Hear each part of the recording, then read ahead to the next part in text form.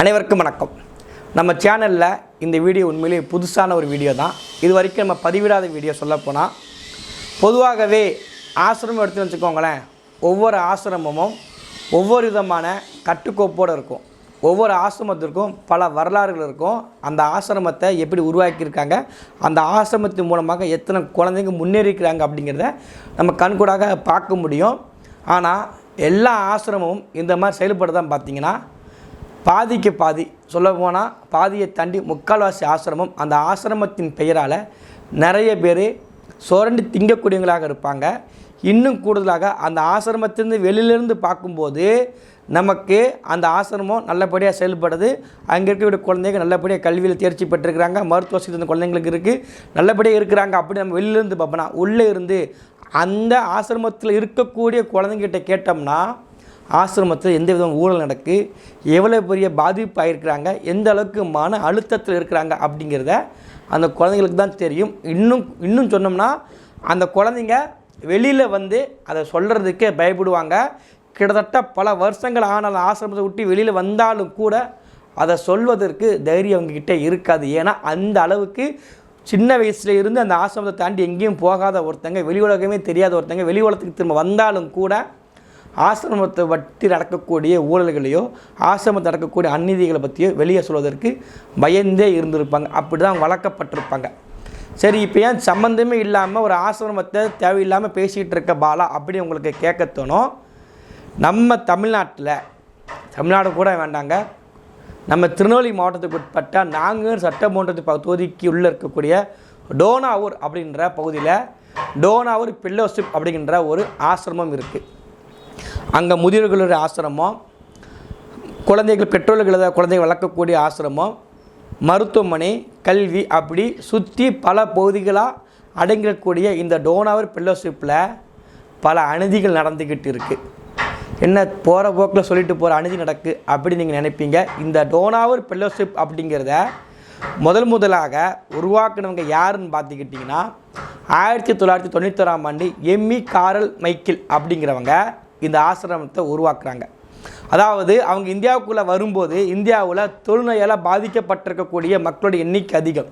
அதன் மூலமாக அன்னை தெரசா அவர்கள் தொழுநோய்க்கு சேவை செஞ்சு ஒரு மானுட சமூகத்திற்கு, பெண் சமூகத்திற்கு அடையாளமாக திகழ்ந்தாங்க. அதே மாதிரி தான் இந்த எம்மி கார்மைக்கலுங்கிறவங்களும் பாதிக்கப்பட்ட மக்கள், தொழுநோயால் பாதிக்கப்பட்ட மக்களுக்கு உதவி செய்யக்கூடிய ஒரு மருத்துவராக, செவிலியராக வாராங்க. ஆனால் வந்ததுக்கு பிறகு தான் நம்ம தமிழ்நாட்டில் பல கட்ட விதமான அடக்குமுறைகள் இருக்குது. அதை முதன்மையான அடக்குமுறையாக இந்த தேவதாசி முறைங்கிற ஒரு முறை ஒன்று இருக்குது.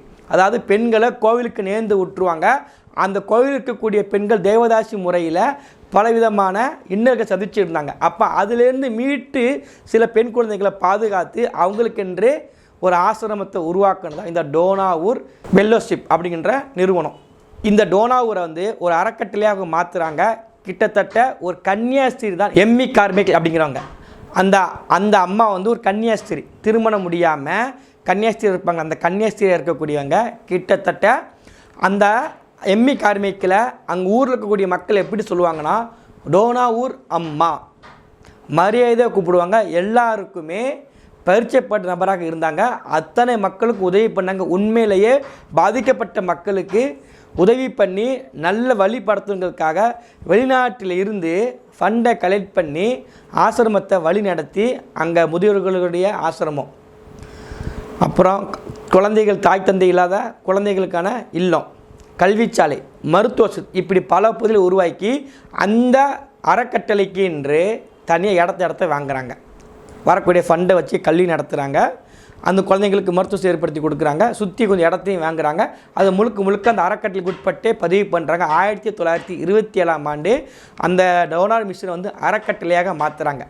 சரிங்களா? இதெல்லாம் முடிஞ்சது பிறகு அந்த அம்மா ஒரு பைலா ஒன்று உருவாக்குறாங்க. உயிலுப்படி ஒரு பைலா உருவாக்குறாங்க. அது எப்படின்னா, அந்த பகுதியில் இருக்கக்கூடியவங்க, அதாவது டோனாவூர் மிஷினுக்கு பொறுப்புக்கு வரணும்னா ஒரு செயலராக, இல்லை ஒரு தலைவராக, இல்லை ஒரு பொதுக்குழு உறுப்பினராகவே அந்த அறக்கட்டளையில் நீங்கள் பயணிக்கணும்னா அதில் நீங்கள் வந்து கன்னியாஸ்திரியாக இருந்திருக்கணும். தொடர்ச்சியாக அந்த டோனாவூர் மிஷின்லேயே நீங்கள் பயணம் பண்ணியிருக்கணும். அப்போனா மட்டும்தான் அதில் உறுப்பினராக கூட இருக்க முடியும்.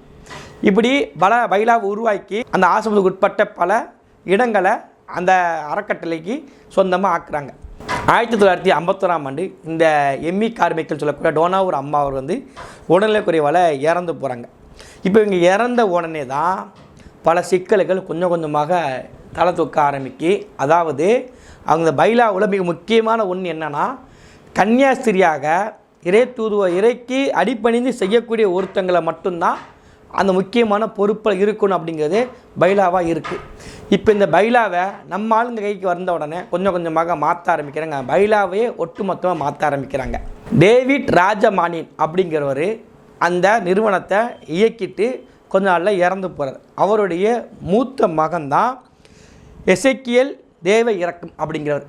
அவருக்கு இளைய சகோதரராக ஒருத்தர் இருக்கிறாரு. அவர் பேர் பார்த்துக்கிட்டிங்கன்னா ஜெரோமியா ராஜநேசன் அப்படிங்கிறவர். அவரும் அவருடைய மனைவி வசந்தகுமாரி, இந்த 3 பேர் தான் இப்போ இந்த நிறுவனத்தை, அந்த ஆசிரமத்தை இயக்கிட்டு வராங்க. பொதுவாகவே ஆசிரமத்தில் இருக்கக்கூடிய குழந்தைகளுக்கு மட்டும்தான் தெரியும் அந்த ஆசிரமத்தில் எவ்வளோ அநீதி நடக்கப்படுது, நம்ம ஆசிரமத்தில் எவ்வளவு சிக்கல்கள் இருக்குது, நம்ம ஆசிரமத்தில் ஆசிரம பேரை சொல்லி எவ்வளோ ஊழலை பண்ணிக்கிட்டு இருக்கிறாங்க அப்படிங்கிறது. அப்படி தான் இந்த ஆசிரமத்தில் நடந்துக்கிட்டு இருக்குது.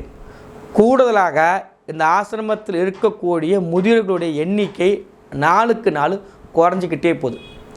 நம்ம வெளியிலேருந்து பார்க்கும்போது ஒரு ஆசிரமம் நம்ம எடுத்துக்கிட்டோன்னு வச்சுக்கோங்களேன், அந்த ஆசிரமத்தில் எத்தனை பேர் இருக்கிறாங்க, எத்தனை குழந்தைங்க புதுசாக வந்திருக்கிறாங்க, எத்தனை முதியோர்கள் இருக்கிறாங்க அப்படிங்கிற தரவுகள் இதுவரைக்கும் எந்த விதமான அரசு அதிகார உட்பட்ட பகுதிகளில் எதுலேயுமே ஃபைலே கிடையாது. நல்லா பார்த்துக்கோங்க, ஒரு ஆசிரமத்துக்கு ஒரு குழந்தை வருதுன்னா அந்த குழந்தை எதன் மூலமாக வந்துச்சு, அது கணக்குக்கு அந்த அரசு அதிகாரிகள்கிட்ட அரசுக்கிட்ட இதுவரைக்கும் எந்த விதமான ப்ரூஃபுமே கிடையாது. அப்போ அந்த குழந்தைங்களுடைய நிலைமை என்ன அப்படிங்கிறத யோசித்து பாருங்கள். ஒரு முதியோர் இருக்கிறாங்கன்னா அந்த முதியோர் நிலைமை என்ன யோசித்து பார்த்துங்க. அந்த முதியோர்களையும் அந்த குழந்தைகளையும் அந்த ஆசிரமத்துக்கு உட்பட்டவங்க, நான் சொல்கிறது இப்போ இந்த டோனாவூர் இருக்கக்கூடிய ஆசிரமம் மட்டும் கிடையாதுங்க, ஒட்டுமொத்த இந்தியாவில் எடுத்துக்கிட்டாலுமே இந்த சட்டம் எங்கேயுமே கிடையாது.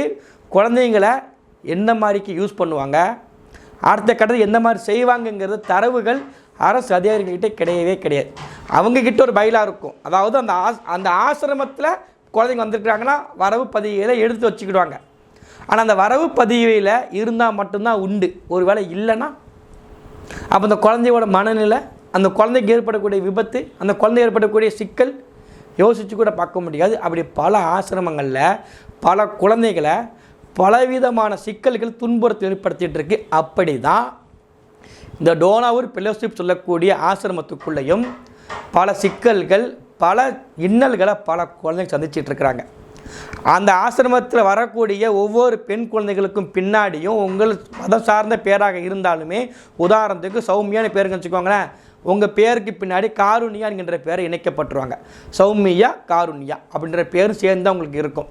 அப்போ அந்த குழந்தைகளை அந்த ஆசிரமத்தில் படிக்க வச்சிட்டு இருந்தாலுமே தரவுகள் இல்லைங்கிறதுனால அந்த ஆசிரமத்துக்குள்ளே பல சொல்லப்போனால் நம்ம வெளிப்படையாக சொல்ல முடியாது, நான் ப்ரிசம்ஷனில் பேசிக்கிட்டு இருக்கேன். ஆனால் அதெல்லாம் தாண்டி ஒரு பிரச்சனை அந்த ஆசிரமத்துக்குள்ளே நடந்துக்கிட்டு இருக்குது.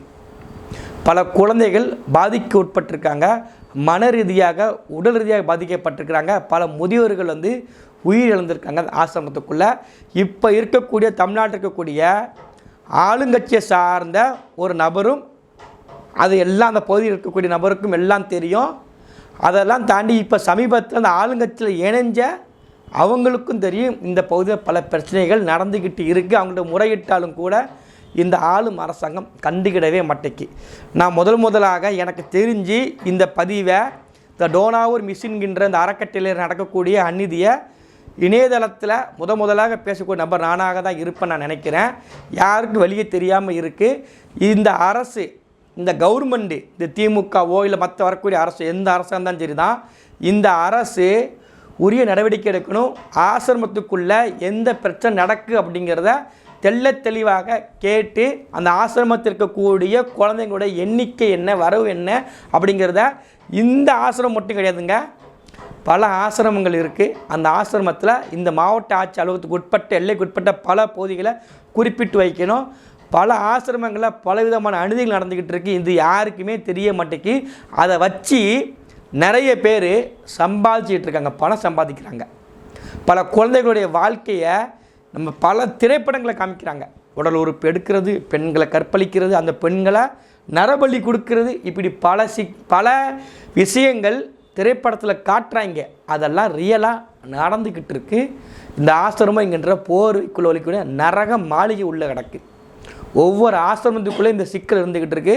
அதனால் இந்த அரசு இனிமேலாச்சும் இந்த டோனாவூர் உட்பட்ட அந்த அறக்கட்டளைக்கு உள்ள இருக்கக்கூடிய குழந்தைகளோட மனநிலை அங்கே பாதிப்பு இருக்கா அப்படிங்கிறத தீவிரப்படுத்தணும். கடந்த 2007ஆம் ஆண்டு சிபிஐ ஒரு அறிக்கை உட்பட்டு அந்த அறிக்கையில் சிபிசிஐடி அந்த அறிக்கையில் தெளிவாக கொடுத்துருக்குறாங்க.